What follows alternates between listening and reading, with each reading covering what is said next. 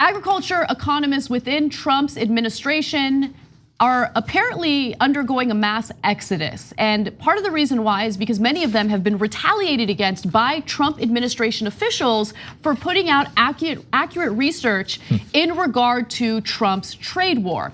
Now, some of this research has to do with how the trade war has negatively impacted farmers. And we're not talking about big time industry farmers. We're talking about small town rural farmers who have been hurt tremendously by these policies. And the whole point of these economists is to draw attention to the negative effects so the administration can kind of recalibrate as it moves forward. But of course, the Trump administration has no interest in that.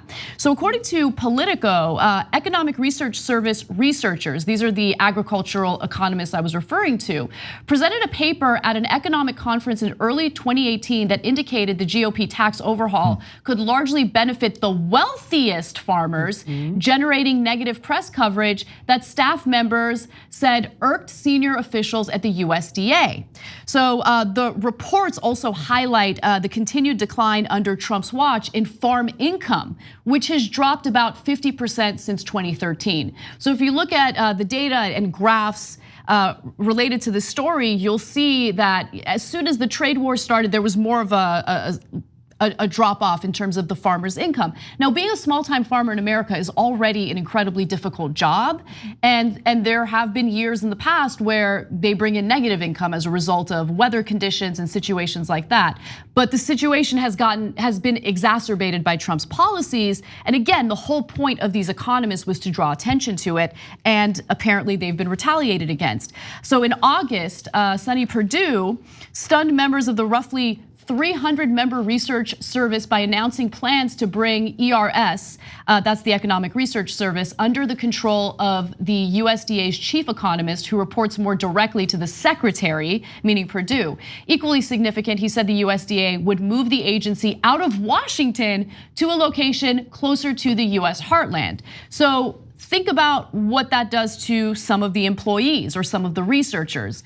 If you have to uproot your life and move to the middle of the country, you might consider taking another job. And it appears that is the intention of moving them out of DC and into some other state. Yeah, no, because definitely moving out of DC and going somewhere else that's maybe more rural or whatnot, that's a huge lifestyle change. But as you mentioned, Anna, you know, the purpose is to not be able to keep them around so that then you can stack the deck with a bunch of researchers and economists who will say anything you want them to say, much like someone's doctor does. I like how they just call it the heartland. Like, where are we going? Like, I mean, you can't be like, we're gonna move you to the heartland. I'm like, well, is that in Nebraska or is that Illinois? Where am I going? Right. You know, and like you said, yeah, I mean, these are people with families, and it's not easy to make that type of move, and it appears the administration knows that, and it's intentionally doing this to encourage people to quit. And just to give you some numbers, so far in fiscal year 2019, non-retirement departures from the agency have more than doubled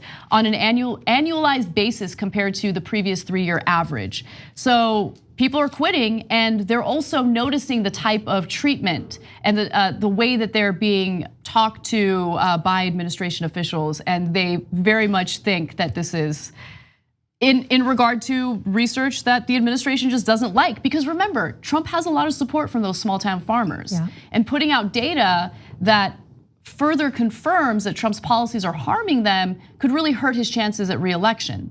Yeah, my question is, what is it going to take? I mean, I also heard today on the news this guy talking about how all these tariffs, and then his threatening of further tariffs. I mean, the market is taking a hit today. So this dude's just up there, just throwing stuff around like it's no big deal. And at what point does somebody sit there and go, "Wow, this guy really doesn't know what he's talking about"? Because he is not he's not as smart as he says he is, and he's not.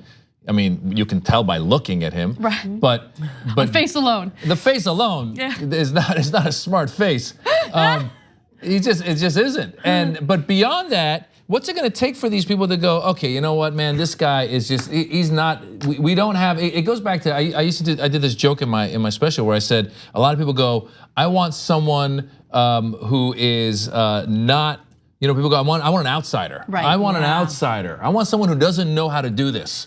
And we got one. We got one who really doesn't know. So he just throws around things, and now he's affecting these farmers. And then they give you research again. Research is a bad word to this administration, right? It is.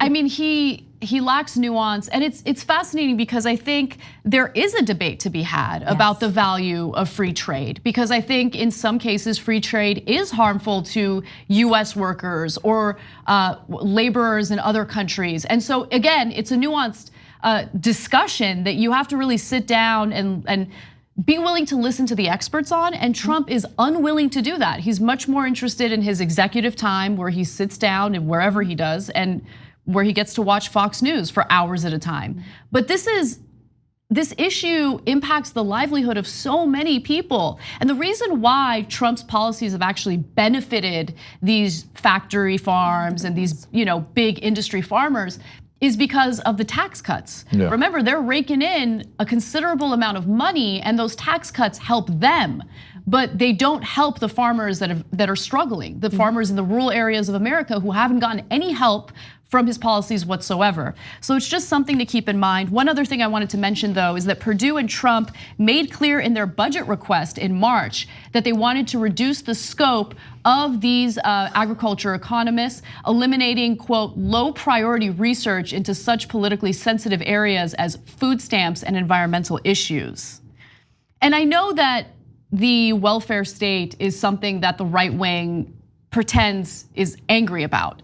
But the reality is that the welfare state is also what right-wing America benefits the most from. That's right. And the numbers bear that out. And I'm not saying that to judge them. I'm saying that because it's time to take a deep breath, take a step back, and consider how these policies are affecting average Americans. They're definitely beneficial for big corporations, but not for farmers who are already struggling. Thanks for watching this free clip of the Young Turks. Don't forget to become a TYT member today.